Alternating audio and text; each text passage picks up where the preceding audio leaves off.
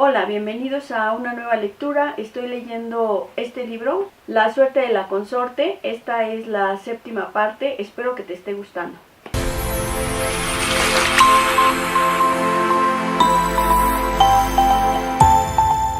Vicente Fox Quesada, cuando terminaba sus estudios, inició lo que sería su exitosa carrera profesional en la empresa transnacional Coca-Cola, donde empezó como supervisor a bordo de un camión repartidor y acabó como director general para México y Centroamérica.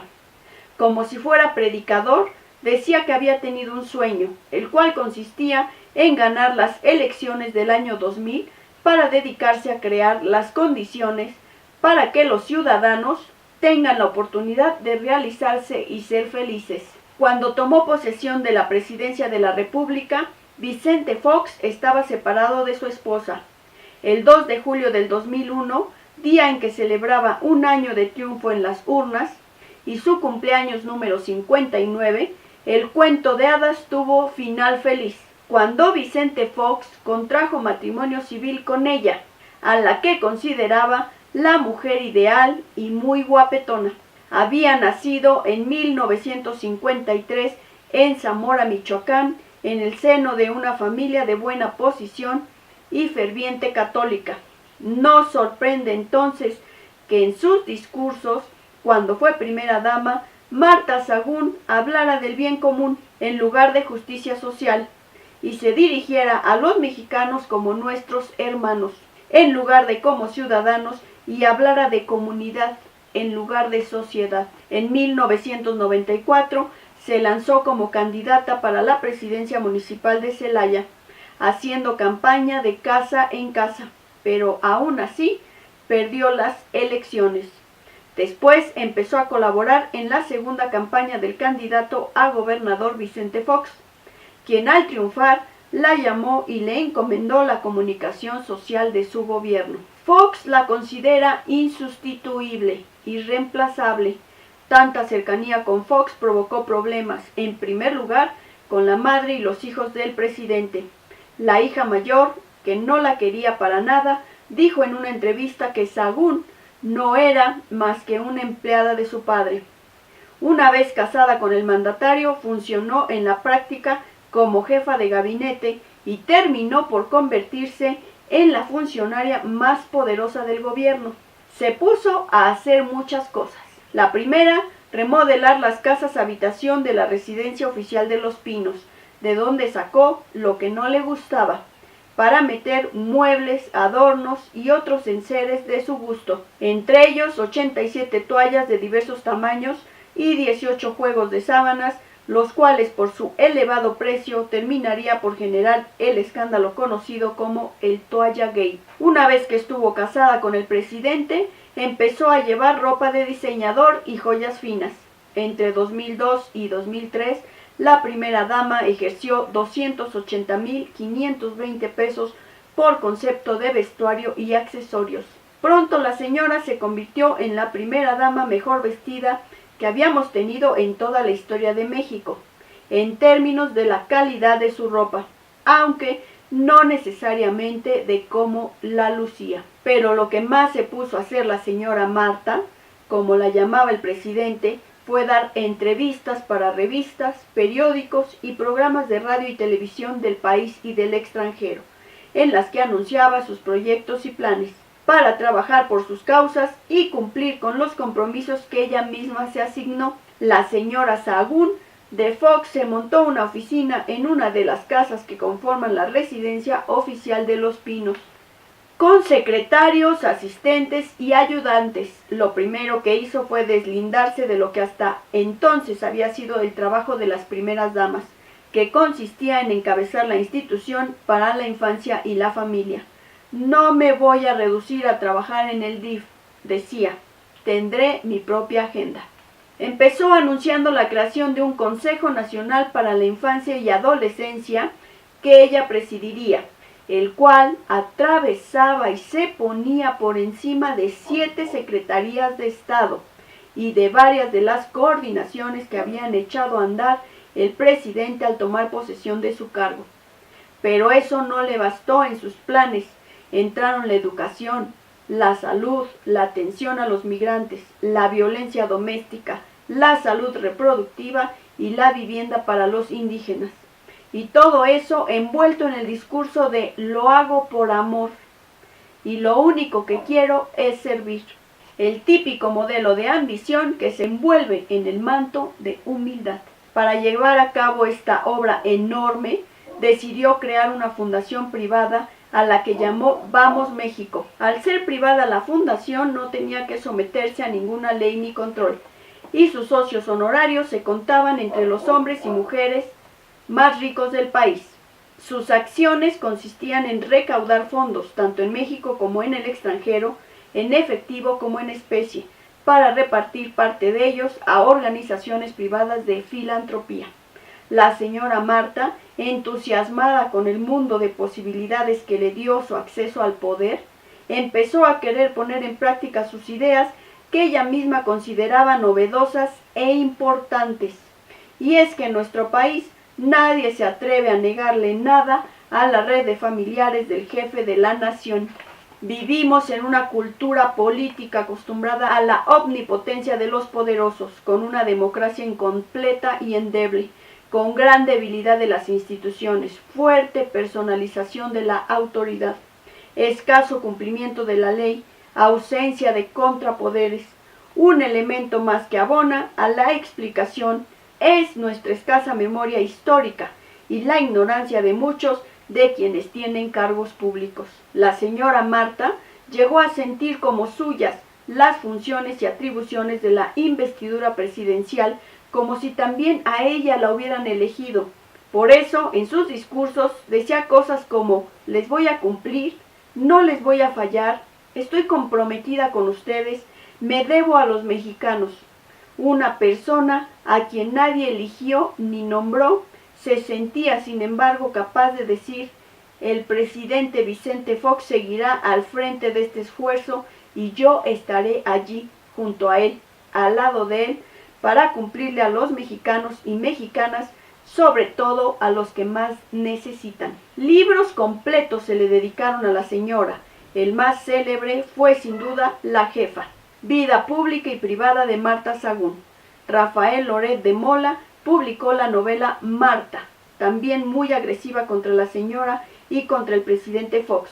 Para contrarrestar estas miradas, Amparo Espinosa publicó Dulce Asalto al Poder con el subtítulo Marta Sagún, popular y polémica primera dama. Guadalupe Loaesa publicó Simplemente Martita. La pareja de Julio Scherer, La familia presidencial, El gobierno bajo sospecha de corrupción de Arely Quintero y Anabel Hernández, Crónicas malditas desde un México desolado de Olga Warnat, Fin de fiesta en los pinos de Anabel Hernández, en el que insistía en el tema del enriquecimiento y la corrupción de la pareja presidencial y de su familia. Además de los libros escritos por otros, la pareja presidencial escribió sus propios libros sobre sí mismos, y no uno, sino dos cada quien. Vicente Fox publicó en 1999 A los Pinos, recuento autobiográfico y político, y en 2007 La Revolución de la Esperanza. Marta Sagún publicó una larga entrevista con Sari Bermúdez con el título de Marta, la fuerza del espíritu, la historia del nacimiento de un ideal para cambiar una nación. En él hablaba de sí misma en términos de virtudes y compromisos. El segundo libro fue escrito al final del sexenio con la colaboración de Amparo Espinosa. Se llamó Caminando, el cual revela de manera contundente e involuntaria la personalidad de la primera dama. Su celebridad tenía dos caras. Por una parte, muchas mujeres admiraron su trayectoria y hasta querían imitarla. Marta Sagún mostró que una mujer de 50 años y con hijos y hasta nietos no estaba acabada ni condenada al ostracismo y la soledad. Marta Sagún mostró que las virtudes de la mujer no solo son la ternura y la comprensión, sino también la ambición y la capacidad de lucha. Por otro lado, resultó molesto su protagonismo y ambición. La vemos 70,000 veces al día en todas partes. Si prendo la televisión, allí está. Si oigo el radio, allí está. Si hablo con mis amigas, allí está. Cansa, harta y te aburre, escribió Guadalupe Loaesa. Había un esfuerzo decidido, constante y deliberado por generar reacción. Era tal su afán que cuando por alguna razón dejaba de generar ruido, la señora se las ingeniaba para inventar algo que la volvería a poner en el centro del debate. Un ejemplo elocuente se dio durante la invasión de Estados Unidos a Irak, cuando lógicamente dejó de ser noticia. Ni tarda ni perezosa grabó un mensaje de paz para la televisión que no venía a cuento, pero era para que no la olvidaran. Al final del sexenio, México seguía ocupando el lugar de honor en un selecto club de países depredados y empobrecidos. Vicente Fox, todo lo que hizo o no hizo, decidió y actuó fue a partir de dos elementos: las encuestas y la opinión de su esposa. 12 millones de pesos diarios se le autorizaron a la presidencia para publicidad y una cifra cercana a los 1.500 millones se destinaron a los gastos de imagen del presidente. Una vez más, las esperanzas mutiladas, y los resultados no eran lo esperado. Fox fue un presidente que no pudo llevar adelante su agencia. No se lanzó a perseguir a los peces gordos que anunció. No contuvo a los sindicatos, no disciplinó a su gabinete, ni paró las ambiciones de su mujer. Los Fox se fueron a vivir al rancho de su propiedad en San Francisco del Rincón, Guanajuato. Este no solo había sido remozado y arreglado, sino que había crecido bastante con la compra de otros ranchos y terrenos aledaños. La pareja se ha dedicado a viajar y a aparecer en las revistas de sociales. A veces el expresidente da alguna conferencia en Estados Unidos y organizan eventos en el llamado Centro Fox, un enorme espacio que se mandaron a construir en los terrenos de la familia con dinero de donativos que les dieron empresarios a quienes se favoreció durante su gobierno. Según su página electrónica, se trata de un centro de pensamiento y acción en donde se hace investigación y se imparten recursos para formar líderes, pero es también y ante todo el museo monumento a la gestión foxista, ese que nadie les habría construido. Tiene una reproducción del despacho presidencial y de la sala de juntas en Los Pinos, con todo y teléfono rojo. Dos preguntas debemos hacernos acerca de este tormentoso tiempo mexicano. Una de ellas es por qué nuestra cultura tiene necesidad periódica de personajes ambiciosos y narcisistas como Marta Sagún, figuras que se salen tanto de los límites y provocan tanto enojo. Su manera de comportarse, sus desplantes y declaraciones, su protagonismo, su ambición y sus excesos la convirtieron en el centro de controversias y blanco de críticas, pero sin duda ello respondió a una recurrente necesidad que tenemos como sociedad. Los mexicanos tenemos fascinación por las figuras de alto perfil, autoritarias, paternalistas y populistas, pero luego terminamos hartos de ellas y furiosos con su proceder, y entonces las convertimos en villanos. La otra pregunta que debemos hacernos es por qué nuestra sociedad una y otra vez pone tantas esperanzas en alguien que no tiene con qué satisfacerlas, como fue el caso de Vicente Fox. No vimos o no quisimos ver que fue el primero en la historia de México que pública y abiertamente insultó a sus contrincantes llamándolos mandilón o la vestida. Los calificó de alimañas, tepocatas y víboras prietas.